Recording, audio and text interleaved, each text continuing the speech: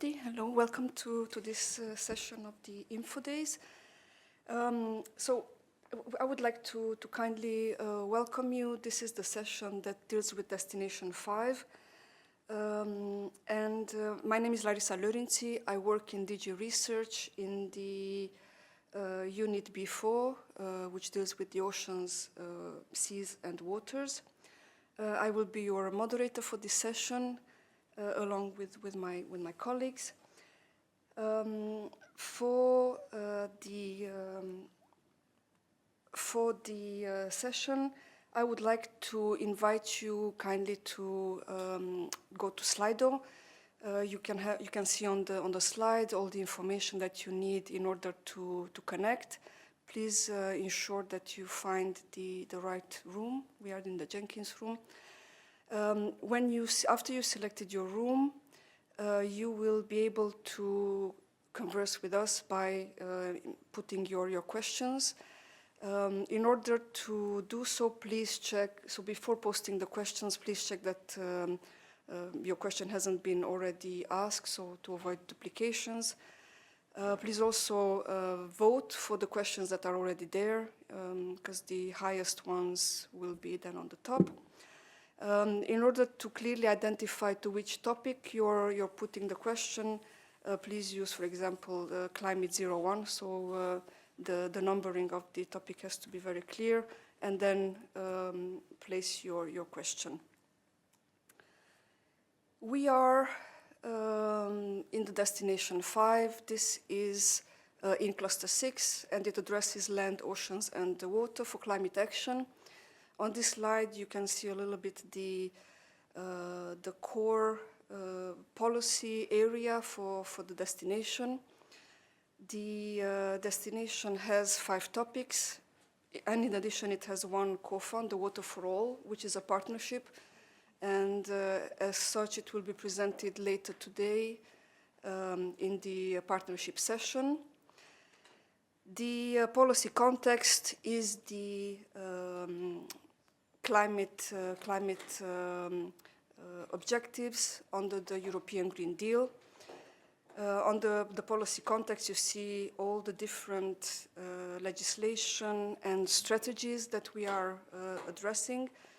Mainly, it is the climate adaptation and mitigation in the sectors that are covered on the Cluster 6. Then moving on. These are a little bit some metadata regarding the 2 calls. So the first call number 2, it is a single stage.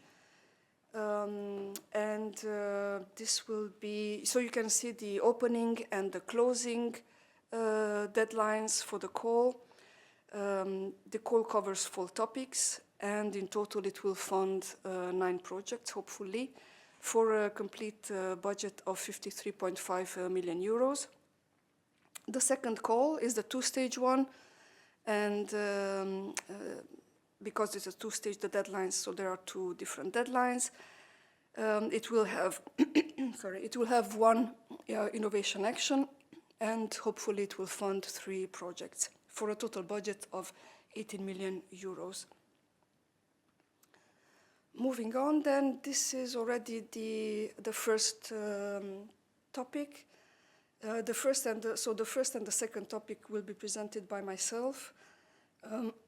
In order to introduce the topics, the baseline is that the ocean is our greatest ally in combating climate change. It has already done its natural capacity of storing carbon has already been has already greatly helped us in keeping the temperature levels and so combating climate change up to now. However, this is at a great cost for the ocean. The oceans are becoming more acidic. They are warming. So the main tipping points are in the ocean and the cryosphere, and the direction it is going is not good. So on this basis, the first topic is looking at the ocean climate biodiversity nexus and carbon dioxide removal technologies and approaches. The context of the topics is both the European and the global climate objectives and biodiversity objectives, and the desire to look at the possibilities of achieving climate neutrality while at the same time maintaining ocean sustainability and integrity. The objectives and the expected outcomes of this topic is to have an improved understanding of the ocean climate interventions along their short, medium, and long-term effects, impacts, and risks that they pose. A second outcome is the scientific, environmental, legal, socio-political, and governance considerations around ocean alkalinity enhancement. So here there's one selection among the many technologies that are currently being looked at. And the third outcome is the advanced capabilities for monitoring, reporting, and verification of the MCDR. The scope of the topic, we will have two options, option A and option B. For option A, we delve into the ocean alkalinity enhancement and looking at the biogeochemical, physiological responses and impacts on the marine ecosystems. And the scope number, so option B looks at the monitoring, reporting, and verification for the ocean, keeping in mind the ocean, the complexities of the ocean system, and as well what we want to achieve. So we will have two topics for two proposals funded for the topic, one for each of the two options. The total budget for the topic is 12 million. It is a RIA. To note that for the two options, international cooperation is highly encouraged, as well as inter and multidisciplinary research. So the research has to be integrative and systemic. We also expect a very close collaboration between the two projects. And a final note is that this topic is highlighted for cooperation with the European Space Agency. Moving on to the second topic. This one is looking at safeguarding the safe operating space for the ocean in maintaining its integrity and the health. It is a topic that looks at the nexus approach, so ocean climate, biodiversity, and people nexus. It is embedded into the European and global biodiversity and climate objectives, and as well targeting climate neutrality and ocean sustainability on a par level. The expected outcomes of the topic is to look at the short, medium, and long-term ocean health and integrity at the different emission scenarios, and integrating the different cumulative and cascading pressures that the ocean is submitted to, both from current pressures and also from emerging threats. Including as well all the climate interventions that I've mentioned and will be researched on the first topic, as well as tipping points and the placing of the planetary boundaries. It has to be guided by the precautionary principle that the European Commission is abiding by. And the desire is to inform decision-making at regional, European, and global levels.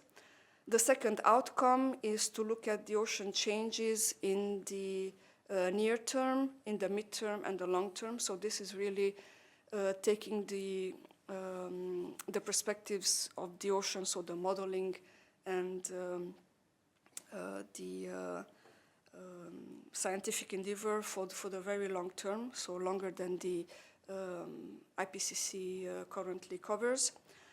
And integrating climate actions and policy making on the climate inertia. As you would know, the ocean and the climate are under inertia, which means a lag time, which has to be considered. And all needs to be guided by the precautionary principle.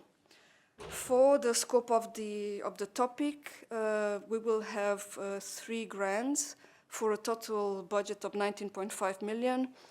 And the 3 grants will hopefully each serve one of the options. Option A looks at the ocean integrity at the different emission scenarios. Option B looks at the ocean integrity taking into account the current and the emerging threats. And option C looks closer at the planetary boundaries, and namely one of the 9 planetary boundaries, which is the ocean acidification. The 3 projects will need to very closely cooperate together, and the scientific endeavors from one need to inform the other projects. The key is the systemic approach, where we look at the inter- and multidisciplinary research. The international cooperation is highly required in this topic, and as well this one is highlighted for the cooperation with the European Space Agency. With this one, now I pass the floor to my colleague, Bertrand. Thank you, Larissa. So I'm Bertrand Vallet. I'm also in the same unit as Larissa, in the unit B4 in the GRTD. And we have here a topic that is looking at water resilience. So as we witness the effect of climate change, biodiversity loss, and the rise of pollution are increasing pressure on our environment. Sorry. It's also particularly evident for water, and it has several effects, like long-lasting droughts, dramatic pollution events.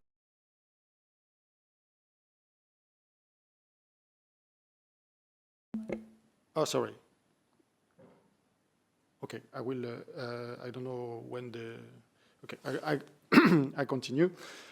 So it's we see that the groundwater level are sinking, and this has a great effect on the water balance. So this is creating a lot of tension in different sectors, and this has also an effect on the way we live. This issue is interlinked with the water, energy, food, and ecosystem nexus, so it needs to be addressed in a holistic way.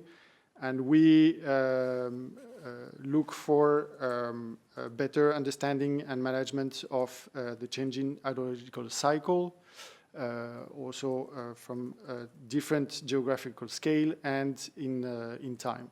So the objective is to also increase the water use efficiency in different basins, and to change the way the water balance are managing, to appropriately safeguard water for priority uses, and to help also in the planning of the water infrastructure on the long term.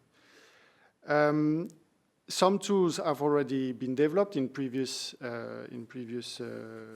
research projects. So what we look here is to evaluate these tools and to compare and demonstrate their potential to forecast the availability of water resources at regional and local scale. So there is a strong geographical dimension.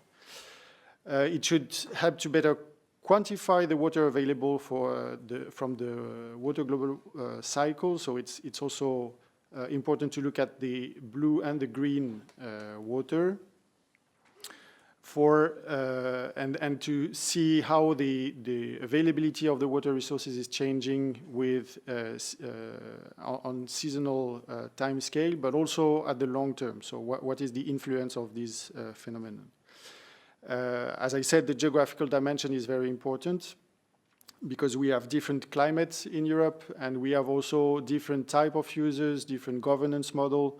So it's important to also engage with different European regions in various type of stakeholders, mainly to maximize the uptake of the solutions that will be developed.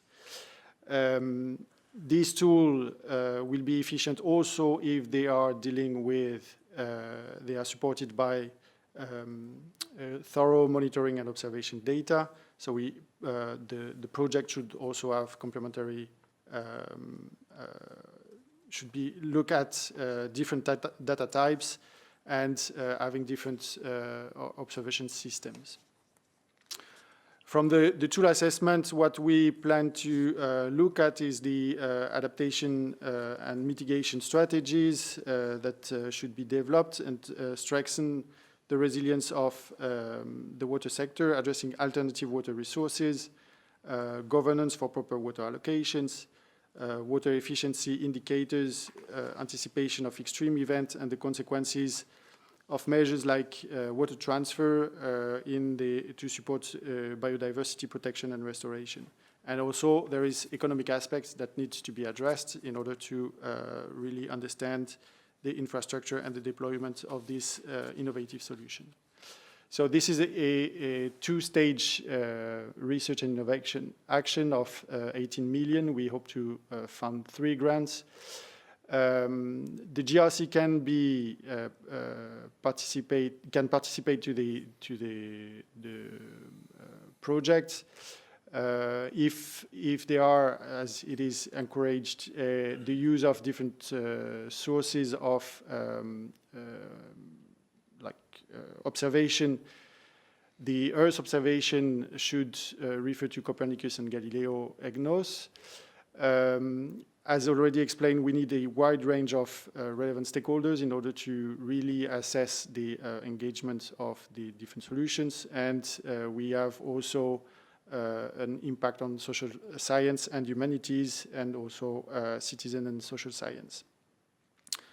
So that's it for me, Larissa. Thank you. Thank you very much, Bertrand. With this one, the floor now is then open for your questions. And we have the first one for Climate 01. Could you please elaborate on the collaboration with the European Space Agency that you are looking for? Climate 01 is mine, right? Yes. So with the European Space Agency, we have a collaboration agreement that we have started in 2021. And since then, we are collaborating with them on all the topics, mainly on the polar and the ocean topics, where the Space Agency can support with their satellite missions. And here we basically facilitate the contribution from ESA in supporting our collaborative research.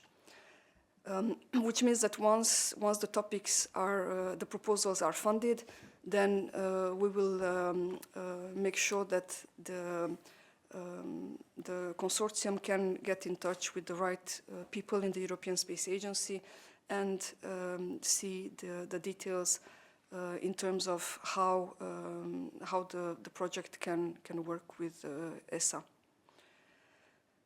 Then, going to the second question, this will be for Climate 01, the water quality, including climate effects and water pollution from multiple sources. Would it be better considered in Climate 01 or in zero pollution? I guess this is for me, I think it's 0 and 2 stage that you mean here, because it's relevant with the next, another question. On the 2 stage, what we look at more is the balance, but obviously water quality is entering in the question of managing the water balance and the use of appropriate water. So you may find different interest in different topic depending of what you are looking for. Really, the main objective of the 2 stages focusing on the availability of the water, quality being one parameter, but that can be also, treated in different things. So it enters in the discussion. It's not the main focus of the topic.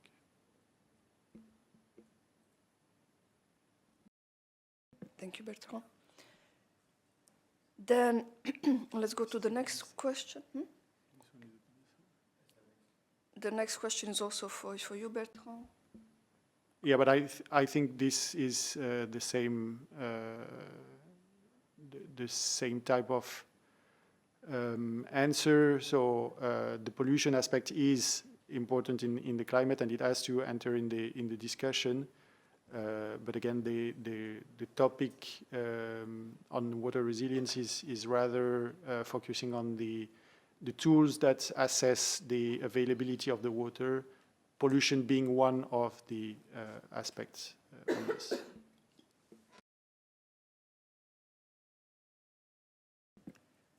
Bertrand, I think this is, you're the star of the, of the session. So climate zero in on 2 stage, regarding the innovation action outcomes sought, might social innovations also be considered?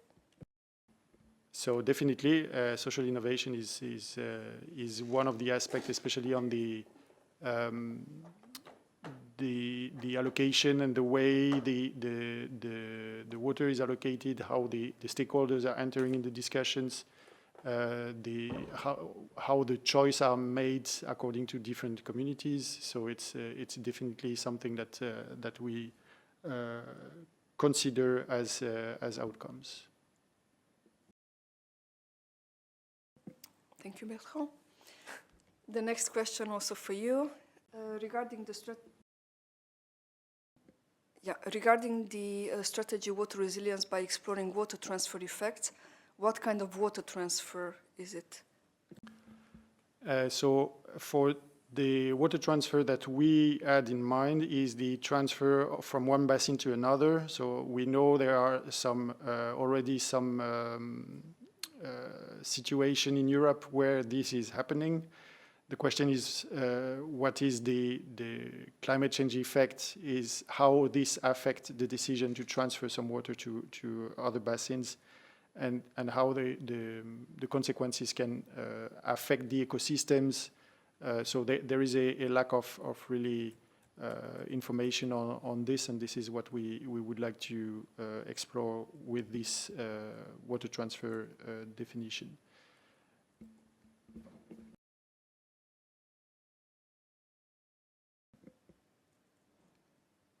Okay, thank you very much. If there are no other questions, then I would like to give the floor to my colleague from DG Agri, Matthias Leonard Meyer, who will present the next topic.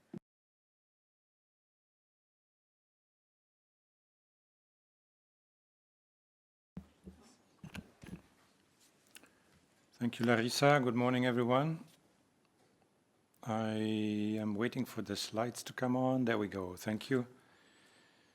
So we're moving now from the aquatic to the terrestrial domain, so to speak, with two topics related to climate and agriculture. The first one, which you see on the slide now, is more focusing on adaptation to climate change that we're already seeing, and then the second one will be more about mitigating climate change. So here, number 03 we are starting from the observation, and this is not new, of course, that as temperatures are rising globally and especially quickly in Europe, we see a shifting of climatic zones and all the weather patterns that are related to them geographically, so towards the poles, but also towards higher altitudes. And of course, this has consequences for what can be grown where and when. The assumption is also that in order for farmers to deal with these developments, what is needed is really regionally specific knowledge about what's happening. So this is reflected in the expected outcomes, the first of which is a better understanding and management, eventually also of the links that are that exist between these climatic developments, the ecosystem services, both in natural and agricultural ecosystems, and then agricultural production. At a more, let's say, spatially explicit, in a more spatially explicit sense, then we are hoping to get an improved understanding of what can be grown or produced where under future conditions, and what would be good adaptation strategies to deal with the challenges that are related to these climatic developments. Challenges, but also opportunities maybe in some places where new options might arise in terms of growing crops for which it was previously too cold, for example. So there is then in the scope a modeling element, as we usually have in this kind of projects, where we also encourage applicants to look specifically at possible tipping points that might be reached. And how different cropping systems are then distributed geographically in the present, but also what can and should be, how this can be projected into the future. We are asking for indicators to be developed on the sustainability, productivity, and resilience of such cropping systems, but also for an assessment of the related production uncertainties. And then again, in a more action-oriented perspective, we're looking at decision-making tools and business strategies for adaptation, and where relevant also restoration of the relevant ecosystems. It's a classic research and innovation action for 2 projects normally to be funded. Here as well, the Joint Research Center can participate in the consortium, and in the topic text we elaborate a little bit on what the JRC tasks would be. Moving on then to number 4, which, as I said, is focusing more on mitigation of climate change, but also in this context more specifically on monitoring, reporting, and verification, or MRV for short, of emissions and emission reductions. There are quite a few projects already in Horizon Europe on MRV, but focusing really on carbon dioxide, whereas this one is specifically focused on non-CO2 emissions and on related air pollutants. So it's quite clear that in order to still mitigate climate change as much as possible, not only CO2 emissions must come down, but also those of other greenhouse gases, and agriculture, of course, is a key contributor to several of those, in particular methane and nitrous oxide. An important part of the context is the regulation that was adopted last year on carbon removals and carbon farming, which is now gradually being filled in with more specific delegated acts, which the Commission is adopting on certification methodology, so certification of carbon removals and of emission reductions. It is important here to note that the MRV systems to come out of this project should be operational at farm level, which is currently still a challenge in many respects.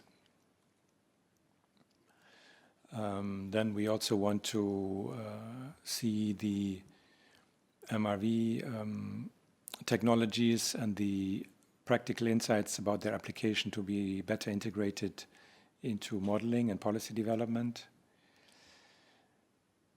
We thought it would also be useful to improve the knowledge on how the emissions themselves are already affected, not only by different land use practices, but also by what's happening in the climate. So integrating a kind of a feedback loop there. And then, of course,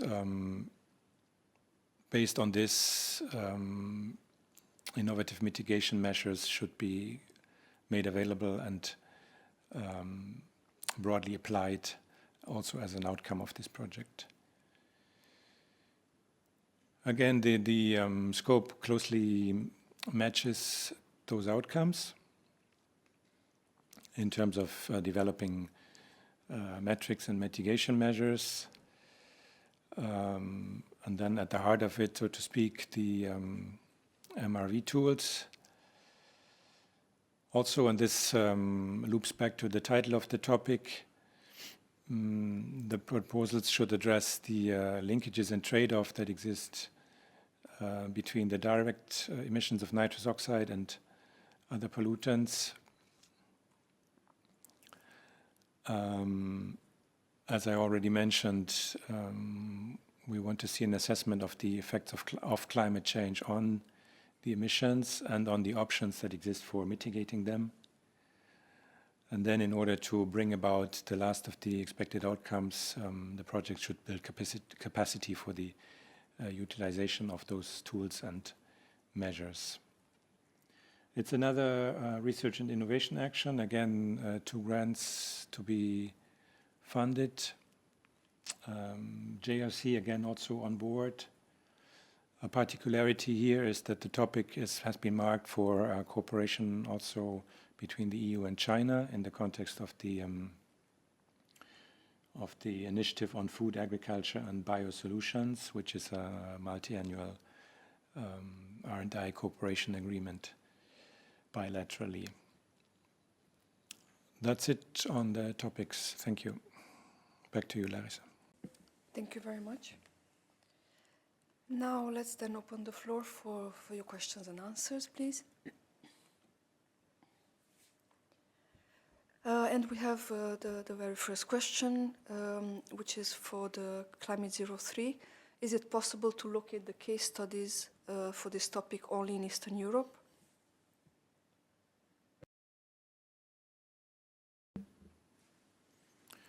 Thank you. Well, is it possible? I suppose so. It's not. We're not being prescriptive in the topic about where the project should operate. Whether this would be a good idea is another question. I imagine that evaluators looking at 2 competing proposals, they might have a preference for one with a broader geographic scope, but it might have other advantages to be more geographically focused. So I would say it's a bit of a risk, but it's definitely not impossible. Thank you very much. For the second question, it relates to both topics. What is the expected TRL level? Those are both research and innovation actions, and we don't usually specify the TRL levels for those. So in that sense, there is flexibility, with the exception, if I'm not mistaken, of the, well, let's say the flexibility is more limited for the topic number 4, due to the cooperation with China, where there's kind of a ceiling in terms of the TRL levels. So you can go up to, I don't have the figure in front of me right now, but it's indicated in the topic that it should not go beyond a certain TRL level for that one.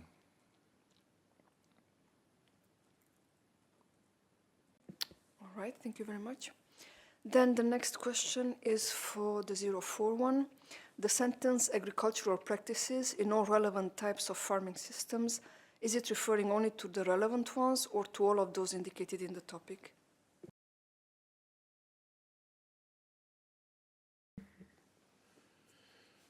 Frankly, I'm struggling to wrap my head around this question. It's probably best if this is submitted in writing so that we can look at it closely next to the topic text. And of course, the Research Inquiry Service is there for that. And we would be happy then to make sure we get the question right, and maybe the person or the organization asking can also elaborate a bit. It's very dense, I would say. Yes, indeed. The questions can be submitted to the Research Inquiry Service, and we will then provide the answer in written. Then the next question is Climate 04. Can projects include demonstration activities for mitigation measures of TRL 6-7 for the development of the MRV tools up to TRL 4?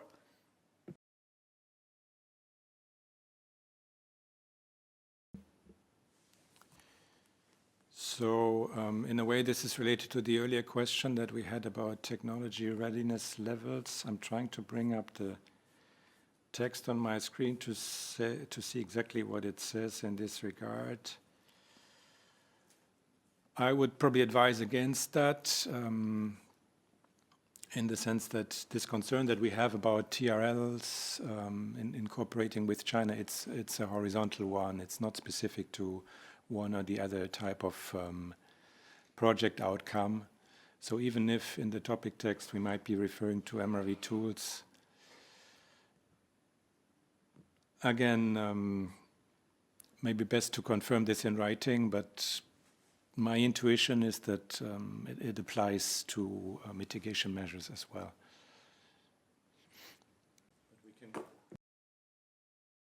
All right. Then the next question is also for the topic 04. Should livestock feed be considered as a mean to mitigate non-CO2 emissions?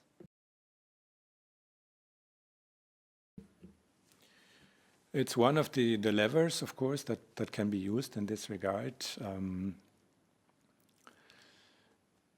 It should probably not be the only one being addressed in any given proposal, also because there are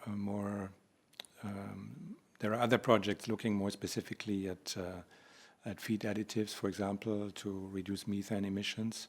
So this can be part of it, but should probably not be should not be addressed exclusively, let's say. Thank you very much. And then